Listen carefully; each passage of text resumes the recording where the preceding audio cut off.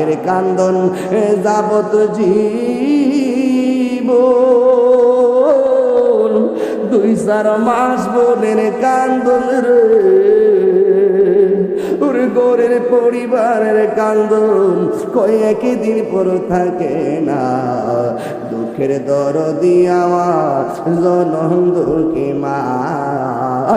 গর্ভধারিণী মা জনম দুঃখিনী মা